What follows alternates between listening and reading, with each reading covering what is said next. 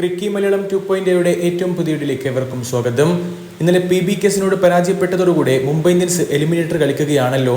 എലിമിനേറ്ററിൽ എംഐയുടെ എതിരാളികൾ ആരാണെന്നുള്ളത് ഇന്നത്തെ RCB versus LSG മത്സരത്തിന് ശേഷം നമുക്ക് അറിയാൻ പറ്റും. നമ്മളെല്ലാവരും പ്രതീക്ഷിച്ചതുപോലെ തന്നെ എംഐയുടെ 3 സുപ്രധാന താരങ്ങൾ ടീം വിടുകയാണ്. ഒന്നാമത്തേത് റിയാൻ റിക്കൽട്ടൺ ആണ്. രോഹിത് ശർമ്മയോടൊപ്പം മികച്ച രീതിയിൽ ഓപ്പൺ ചെയ്യാൻ പല മത്സരങ്ങളിലും അദ്ദേഹത്തിന് സാധിച്ചിട്ടുണ്ട്. അദ്ദേഹത്തിന്റെ അഭാവം തീർച്ചയായിട്ടും ഒരു തിരിച്ചടി തന്നെയാണ് മുംബൈ ഇന്ത്യൻസിന്.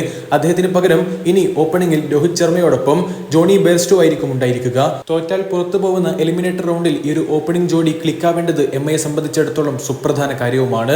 മറ്റൊരു താരം തീർച്ചയായിട്ടും വിൽ ജാക്സ് ആണ്. ബാറ്റിംഗിനേക്കാൾ ഉപരി ബൗളിംഗിൽ തകർപ്പൻ പ്രകടനം നടത്താൻ വിൽ ജാക്സിന് പല കളികളിലും സാധിച്ചിട്ടുണ്ടായിരുന്നു. കുറഞ്ഞ അവസരങ്ങളാണ് ലഭിച്ചതെങ്കിൽ കൂടി മുംബൈ ഇന്ത്യൻസ് ഓൾറൗണ്ടറായി ഉപയോഗിച്ചിരുന്ന കോർബിൻ ബോഷ് കൂടി മുംബൈ ഇന്ത്യൻസ് ടീം വിടുകയാണ്.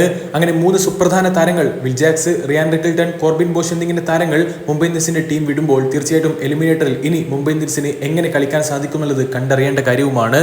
ഏതായാലും ഗൈവസ് moments, memories and magic till we meet again family എന്നുള്ള ക്യാപ്ഷനോട് കൂടിയാണ് മുംബൈ ഇന്ത്യൻസ് ഈ താരങ്ങളെ യാത്രയാക്കിയതും. നിങ്ങളുടെ അഭിപ്രായങ്ങൾ തീർച്ചയായിട്ടും രേഖപ്പെടുത്തുക. അടുത്തൊരു വീഡിയോ ഭാഗത്ത് വീണ്ടും കാണാം. ചെറിയൊരു ഗുഡ് ബൈ.